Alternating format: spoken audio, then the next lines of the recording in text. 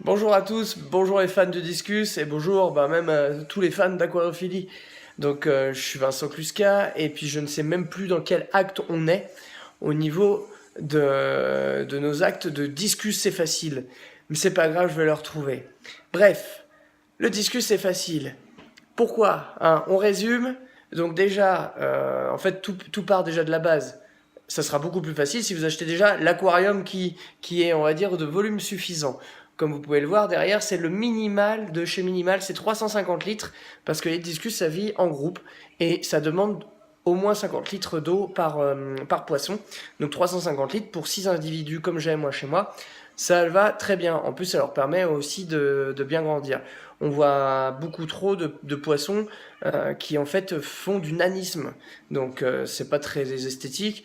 Et en plus, après, ça se retrouve sur le bon coin, parce qu'en fait, ça vous saoule d'avoir des poissons discus qui sont gros comme une petite bille voilà, de collège. Bon bref, deuxième chose, après c'est choisir aussi donc la filtration qui est du coup nécessaire. Donc là, moi je vous avais vu sur des autres actes, c'est la filtration, moi à l'extérieur, elle est cachée derrière ce meuble, du moins dans ce meuble.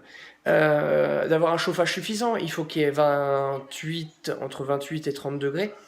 Donc du coup, il faut un chauffage suffisant. Souvent, quand vous achetez un aquarium, on va dire de 350 litres, c'est fourni avec un chauffage qui est largement suffisant, comme moi chez Juvel, donc ça a été sans problème. Euh, de choisir aussi les décors qui correspondent au discus. Donc arrêtez de me mettre des trucs en plastique, c'est fini. Hein, on est là avec le roi du discu, avec le roi des poissons d'aquarophilie. Mettez-moi des racines, mettez-moi des rochers, mettez-moi des plantes, mais mettez-moi pas de plastique parce que c'est comme j'ai pu voir des petites méduses qui flottent en plastique sur le bon coin. Donc comme quoi il y en a, et on les achète du discus comme c'est les mêmes qui achètent une tortue et qui après savent pas quoi faire avec de la tortue de Floride et qui la mettent dans un parc. Hein. Sauf que là, le problème c'est que le discus on va pas le mettre dans le lac Léman, il risque de canner tout de suite. Bon, il y a des beaux brochets, je pense qu'un bon discus orange au bout de la ligne, je pense que le brochet il pourrait venir. Je suis horrible en parlant de ça. Il y a aussi donc du coup aussi par rapport à l'eau. À l'eau, pourquoi c'est devenu facile? Parce que avant c'était difficile le discus, et ça reste toujours difficile si on parle des discus sauvages. Là c'est des hybrides.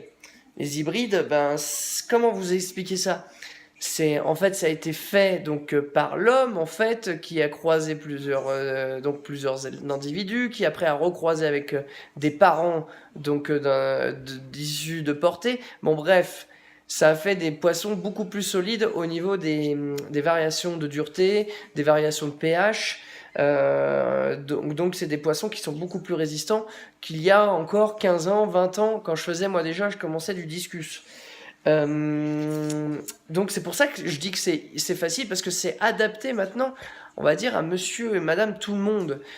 Après, moi, je vous le cache pas personnellement, je mets de l'eau osmosée, je mets donc à chaque changement, je mets entre 50 et 80% d'eau osmosée.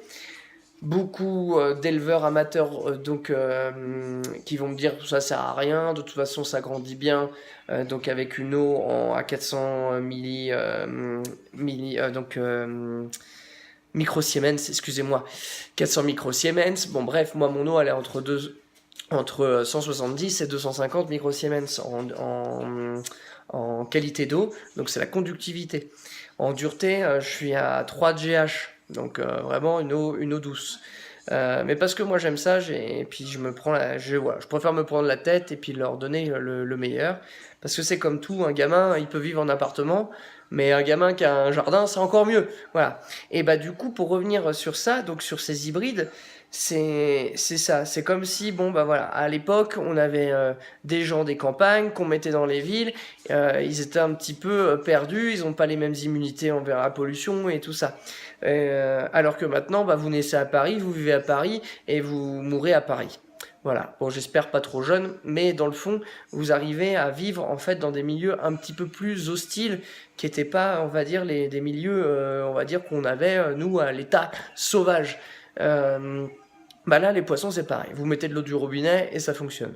Donc, c'est vraiment génial et ça nous permet d'accéder au discus beaucoup plus facilement.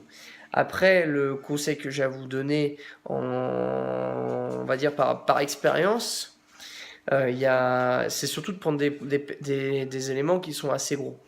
Donc c'est vrai que de prendre des éléments à plus de 12 cm, je trouve que c'est beaucoup plus on va dire, préférable pour commencer dans le discus, parce qu'il faut savoir une chose, c'est que plus c'est petit, plus ça bouffe.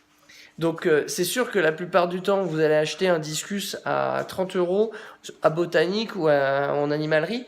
Déjà d'une, donc j'aime beaucoup Botanique, c'est un magasin que je vais souvent, mais pour acheter de la nourriture, pas trop pour acheter les poissons. Et je vais dans d'autres animaleries, pareil, pour acheter des matières en filtration, mais pas de poissons. Donc c'est vrai que parce que voilà, acheter des poissons de plus de 12 cm en animalerie, si l'âge ça serait dans une animalerie, je pense qu'en voyant 6 discus, bah en fait ce serait un peu la roue de la fortune. Moi j'ai pas envie, j'aime pas ça.